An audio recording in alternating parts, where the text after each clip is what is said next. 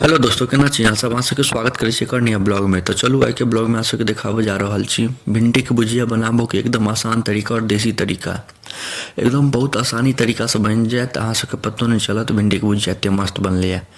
तो चलू देखियो, पहले सबसे पहले आधा किलो भिंडी के एहि हिसाब से काट लेब पतला पतला। ठीक कटला के बाद आप लोहिया के चढ़ा देवे, गैस ऑन कऽ के बाद तेल में धऽ देवे ढीपऽ लेल। देखियो एते फ्लेम पर तेल के धीपऽ ले धऽ देवे। ठीक तेल धीप जायत, पाइ गरम भऽ जायत, ओहिके बाद एहिमे पचफोरना और लाल मिरचाई सूखा मिरचाई खसा देवे। ठीक ई खसेलाके बाद ओ पचफोरना सूखा मिर्च लाल मिर्च सूखा लाल मिर्च गरम भऽ जायत, ओहिके बाद भिंडी खसा लेब धो कऽ, एकरा फेर बढ़िआँसँ लारि चारि देबै भिंडी के। बहुत आसान तरीका छै, बहुत 2 सेकेंड में बन जायत। ई भिंडी के भुजिया सब तो बड़ा आसान छै। देखियो लारि चारि कऽ फिर एकरा झाँपि देबै अपना सब। फिर 2-3 मिनट झाँपला के बाद फिर अब हल्दी दऽ देबै। हल्दी 1 चम्मच काफ़ी छै, बुझलिए। हल्दी 1 चम्मच दऽ देबै, 1 चम्मच में आराम से भऽ जायत। हल्दी देलाके बाद फिर लारि चारि देबै। देखियो भिंडी में कनी की रेसा देखाइए, कनी रहबे करत, लसगर रहै छै, नीक लगै छै खाय में।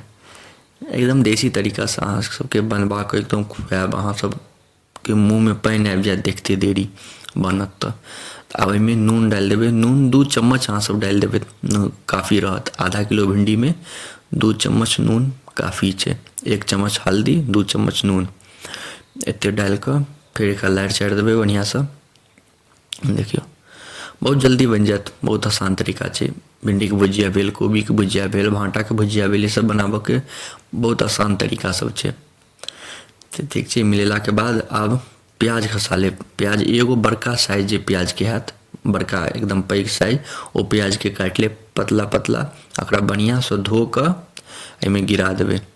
ठीक छै, देखियो हल्दी आ नमक देला के बाद कनी देर लारि चारि देबै, 2-3-5 मिनट। ओहिके बाद फिर प्याज खसा देबै। ठीक छै, आ फिर प्याजो के लारि चारि देबै बढ़िआँ से। देखियो सबके बढ़िआँ से लारि चारि देबै, जे नीचा में अथी नहीं जरि नहीं जाए, किएकि एनाही छोड़ि देबै तऽ नीचा से पाकि जायत ना, मतलब नीचा से लागि जेतै, ओहिमे जरि जायत। तेँ अपन लारि चरैत रहब जे पाकै नहीं। ओहिके बाद फिर एकरा झाँपि देबै 5 मिनट तक। ठीक छै, 5 मिनट भऽ जेतै, ओहिके बाद फिर एकरा निकालि लेब। फिर देखियो प्लेट के निकालि लियै, फिर एकरा लारि चारि लेब। कनी देर तक रहलै तऽ कनी पाकि गेलै। आब एहिमे आधा चम्मच लाल मिर्च पाउडर, ठीक छै, आधा चम्मच लाल मिर्च पाउडर और आधा चम्मच धनिया पाउडर सेहो डालि देबै। देखियो पहले लाल मिर्च पाउडर डालि लेब, आ फिर आधा चम्मच काफ़ी छै, आधा चम्मच लाल मिर्च पाउडर, आधा चम्मच धनिया पाउडर, ये दुनू डालि लेब। ओहिके बाद फिर लारि चारि देबै बढ़िआँ से। बुझियौ लगभग भऽ गेलै। कनिक देर तक रहतै आँच पर, 5-10 मिनट बनि गेलै। 5 मिनट तक रहत, लारैत चारैत रहबै। आप नहीं झाँपऽ के काज छै, बस लारैत चारैत रहियो, आब अपने बनि जायत।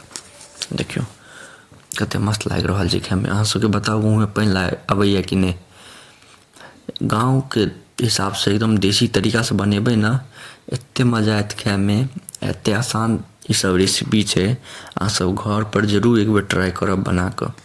देखियो कनी देर तक चढ़ल छोड़ि देलिए, एकदम बढ़िया से खौल रहल छै तेल सब। कनी तेल ज़्यादा पड़िए जाइ छै। देखियो कते मस्त बनि गेलै। एकदम रोटी साथे खाओ या चावल साथे खाओ, नाश्ता में खाओ, डिनर में खाओ, लंच में खाओ, कखनो भी खा सकै छी। बहुत मस्त लागत खाय में। बहुत आसान रेसिपी छै, अहाँ सब देखबे के लिए स्टेप बाय स्टेप अहाँ सबके बतेलू। देखियो बनि कऽ तैयार भऽ गेलै, अभी खाय लेल रेडी भऽ गेलै। अब आराम से खा सकै छी एकरा। अहूँ सब एक बेर घर पर जरूर ट्राई करब, एकरा बना कऽ देखबै, बहुत मस्त लागत एकदम देसी तरीका से। बहुत मजा आयत ई खाय में। अहाँ सबके एते देर तक देखऽ के लिए धन्यवाद। नीक लागत तऽ लाइक कमेंट शेयर सब्सक्राइब जरूर करब। मिलै छी अहाँ सबसँ अगला ब्लॉग में। धन्यवाद।